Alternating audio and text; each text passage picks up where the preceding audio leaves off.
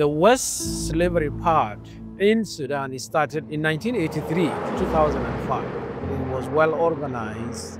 The Arab militia come with arms and donkey and camel, and they abducted South Sudanese for slavery. From 1983 to 2005, you can be talking over 100 to 200,000 people in the slavery.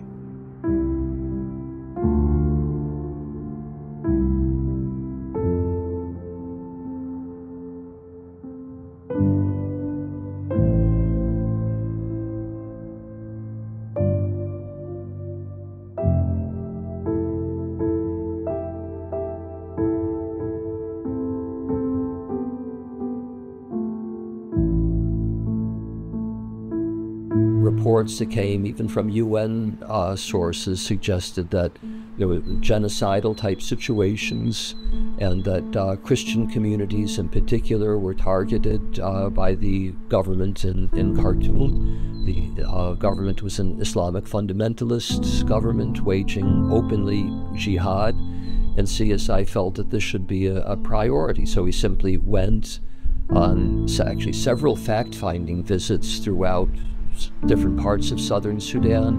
We are flying in the war zone of southern Sudan. Khartoum's Air Force would shoot us down if discovered. We are investigating unbelievable reports. Slave raiders of the government of Sudan seize thousands of black Christians on the Upper Nile and sell them as slaves in the Muslim north. This is Bonham Alval, a leader of the banned Sudanese opposition. He's our contact with the rebels. This is John Eibner of Christian Solidarity International. Last year he discovered a secret slave market in the remote borderlands between North and South.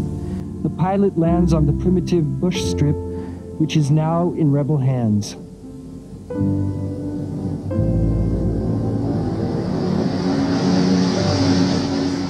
Sudan government imposes Islamic law, Sharia law, against the Christian in South Sudan, and they took over also the wealth in South Sudan, the oil, and then they control everything and leave out the all South Sudanese people, not including the distribution of the wealth.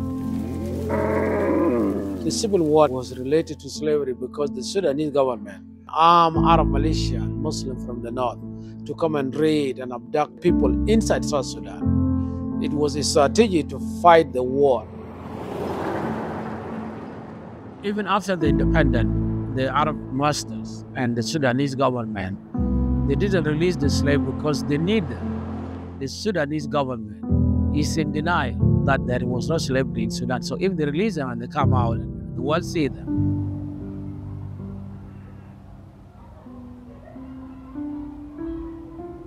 أنا بيجان جاية سودان لا أنت إيش لاقي لا بقدين ما نالوي بعد أنا يطالبان war kene gue antena kena la biwa bacho ya la biwa to ya la kat bu kwa gidana la bu kene ya ta kuma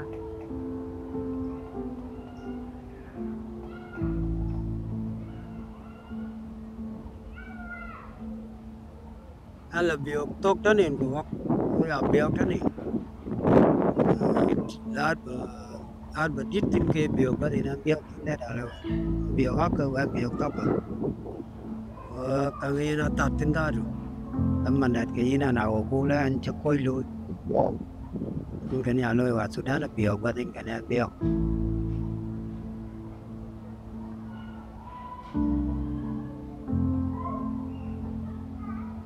One cannot imagine how tough it is for these slaves to stay in the slavery. The workload was too heavy for them. They start working from the morning to the late evening. And those people were not even given good food, no good clothes, no payment.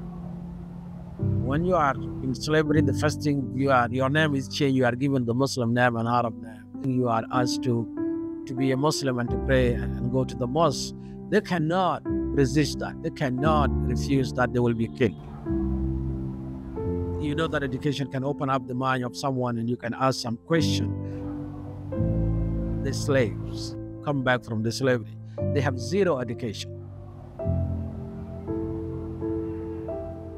There is nothing that they can join the music, or they can sing, or they can just sit together and laugh. Any kind of entertainment was taken away from them.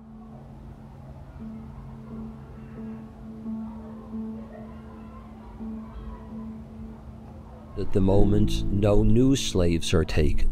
The slave rates have been suspended. The jihad has been suspended.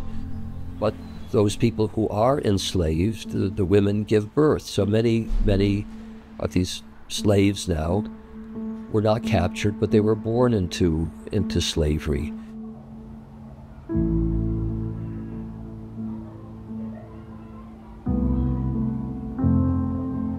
One of the main ways of liberating the slave is exchanging the slave with cow medicine, which is something very valuable and they are desperately needed. I am heading to Will East County to liberate 150 slaves. Drive like 2 hours, 3 hours to get where the slaves are stationed.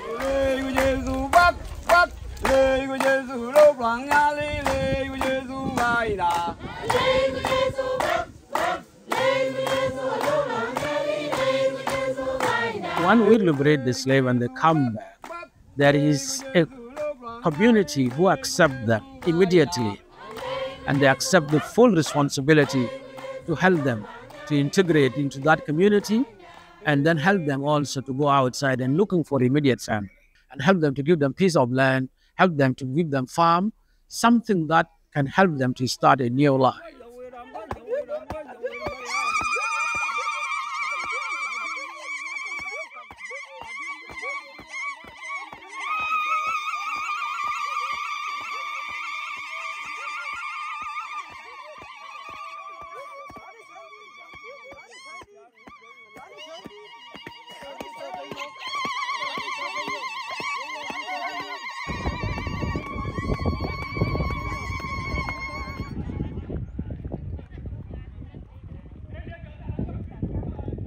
We are going to distribute the goat. 150 goats, the goat will go and breed and have babies. You can get milk.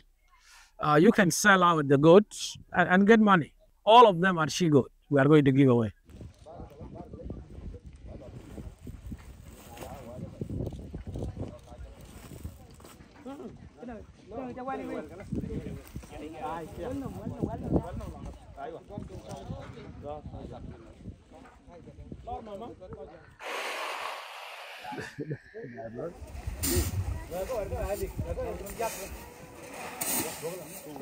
Sorry, Louis, I'll be with us. I'll do it. Sorry, I'm torn about. You might get grandma like torn. I look neat that again. Now I have seen 3 patients, slave patients, with wound injuries, and according to the history, they told me that they were beaten some time back when they were still in northern Sudan, where they were slaves.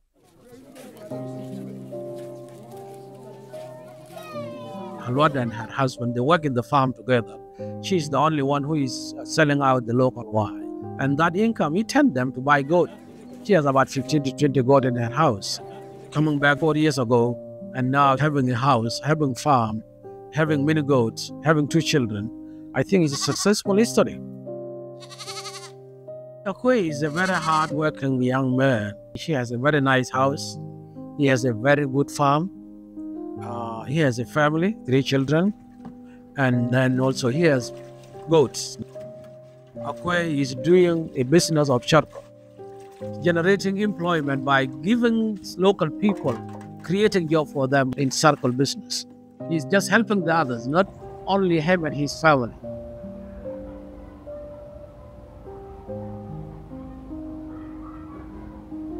The slave liberation in South Sudan is started by CSI in 1995. Many of those with whom we spoke were freed by their families and by their communities because there were Arab traders, Arab cattlemen who had relationships, long-standing relationships with this Dinka community. And mothers and fathers and aunts and uncles and grandparents would go to these Arabs and say, can you find my son? Can you find my daughter? Can you find my wife? And these people wanted to maintain good relations with the community, and they would go to the north, and they would be privy to certain information about who came on the slave raid, who was responsible, to know where to go and find those who were captured. And so they would go and pay some money, give some cows, give some goats to those that assisted in recovering their lost loved ones. So we found this in place and were asked by the local community to help support that system. How many slaves were free in the 30 years? 160,000 slaves, roughly. We reached that number. So CSI will continue to help the local community and liberate those who are enslaved as long as there are people still enslaved.